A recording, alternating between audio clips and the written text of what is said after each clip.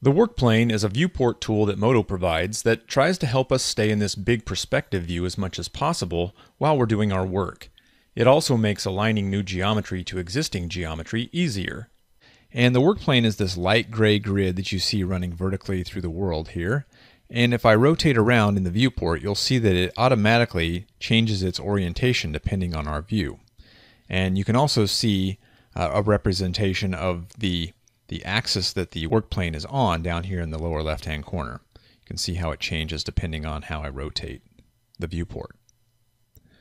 So let's take a look at how this work plane can help us. So let's just grab a cube and start dragging out the dimensions of a box. So I'm going to drag out the first side of my box here. You can see that it has oriented itself to the orientation, perspective, and position of the work plane. Let's just grab our center widget and drag it out. Hit the space bar to drop the tool. I'm going to zoom out a little bit. And now I'm going to rotate my viewport and look down a little bit. The work plane reorients itself. Let's create a new box down here. And now it's using that orientation of the work plane and position. Space bar to drop the tool. But what if you don't want the work plane to jump around as you rotate? What if you just want to lock it to, say, this position right here?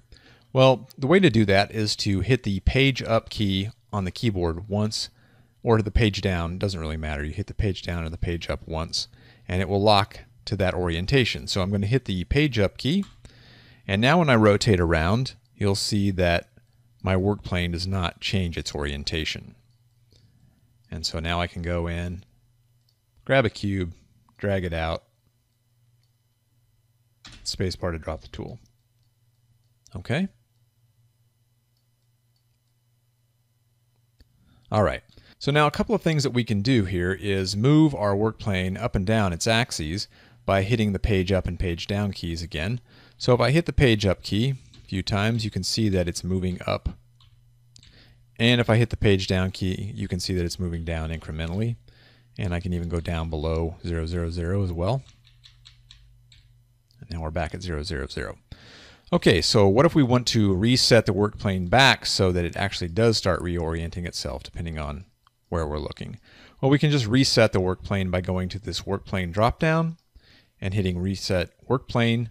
We can also hit the end key on the keyboard. That's the E and D key on the keyboard.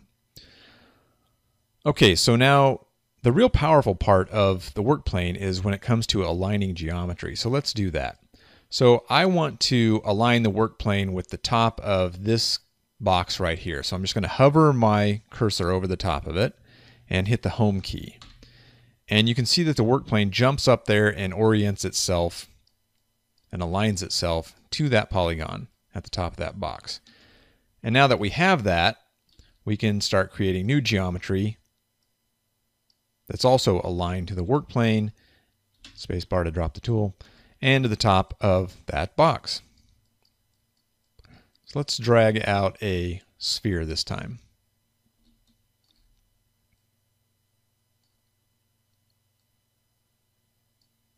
Hit spacebar to drop the tool. And now let's go into that sphere and hover over one of its polygons, say this guy right up here. Now I'm going to hit the home key. Sure enough, the work plane aligns itself to that polygon's normal. So I'm going to rotate around here, hit the G key to align, or to center. And now I'm going to drag out, say, a cylinder. And I know that my alignment is going to be correct because I set the work plane to that polygon. All right, so now let's reset the work plane. Zoom out a little bit here, and I'm going to hit A to fit everything. Now there are a couple of things that can trip you up with the work plane that you need to be aware of. So right now, let's just create another box. Spacebar to drop the tool. And let's just start zooming in on the world here. Let's create another box.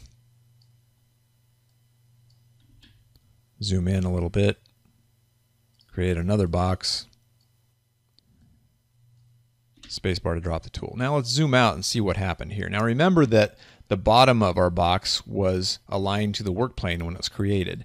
But you can see that while these guys were aligned to the work plane, this guy down here seems to be a lot lower than these. And that's because as you zoom in, the work plane will shift its position unless you have it locked using the page up like I showed you before. So again, if you zoom in, your work plane can change its position unless you have it locked. So that's just something to be aware of, and you will probably run into that. And now let's take a look at another thing you might run into that might be kind of confusing with the work plane. So let's just hover over this polygon, hit the home key, and align our work plane to that top side of the box. And I'm going to zoom in, just drag out a cylinder here. All is well. And now let's reorient our view like this a little bit. Let's drag out another cylinder. And okay, well, doesn't appear to be aligned to the work plane. Let's Control Z to undo that. And this can happen sometimes where when you're at these extreme angles as it relates to the work plane, it doesn't drag out your primitive in the way you think it's going to. So the way to get around that is to always make sure that you're kind of facing straight on to the work plane. It doesn't have to be perfect. It doesn't have to be completely perpendicular, parallel, however you want to look at it. But it just has to be at less of a extreme angle than this. So let's do this. Let's drag out, and now you can see everything is fine. Go this way, drag out, everything not what we expect. So just keep that in mind. I've been using the work plane for a while now, and it's just sort of automatic to me to orient my view so that it's kind of facing the work plane so I don't run into those problems. A couple of other things with the work plane. Let me just zoom out here a little bit.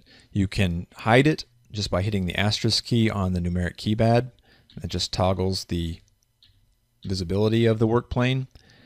And you can actually rotate the work plane. So just go up to the work plane drop down, select rotate work plane, and let's just type in 45 degrees. And you see it changes the rotation of the work plane.